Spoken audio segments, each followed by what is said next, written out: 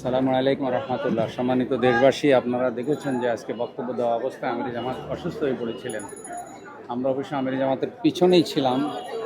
তো প্রচণ্ড গরমও ছিল। আর কি হয়েছে আসলে আল্লাহই ভালো জানেন।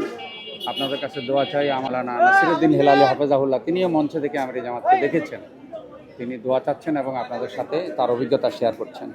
আসসালামু আলাইকুম রহমতুল্লাহি ওয়া বারাকাতুহু। প্রিয় দেশবাসী, আপনারা জানেন আজকে 19শে জুলাই বাংলাদেশ জামাত ইসলামের উদ্যোগে আজকে জাতীয় সমাবেশ।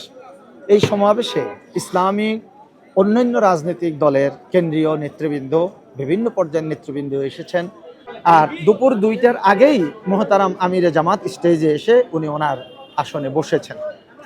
এরপর সকল নেতৃবৃন্দ যারা যারা আলোচনা করার বক্তব্য রাখার বক্তব্য রেখেছেন। আমিরে জামাত বক্তব্য রাখা অবস্থায় দুইবার তিনি স্টেজে ঢলে পড়ে গেলেন, খুব অসুস্থ হয়ে পড়েছেন। তারপরেও আবার আল্লাহর উপর তাওয়াক্কাল করে তিনি উঠেছেন, উঠে আবারও তিনি বক্তব্য রেখেছেন, বক্তব্য সম্পন্ন করেছেন। তো আমরা দেশবাসীর কাছে এবং বিশ্ববাসী যারা যেখানেই আছেন আপনাদের কাছে আমরা দোয়া চাই। আমাদের এই বর্তমান সময়ের আমাদের এই মানবিক দায়িত্বশীল আমাদের আমির জামাত জনাব ডাক্তার শফিকুর রহমান হাফিজাহুল্লাহ, আল্লাহ পাক আমাদের এই নকিব, আমাদের রাহাবার, আমাদের এই দায়িত্বশীলকে যাতে শিফায়ে কামিলা আজালা নসিব করেন এবং সুস্থতার সাথে নেক হায়াত দারাজ করেন, এবং বাংলাদেশকে নিয়ে তিনি যেই স্বপ্ন দেখছেন সেই স্বপ্ন বাস্তবায়নের তৌফিক যাতে আল্লাহ পাক দান করেন, এই কথাটুকুই রাখছি, এই আবেদনটুকু আপনাদের কাছে রাখছি।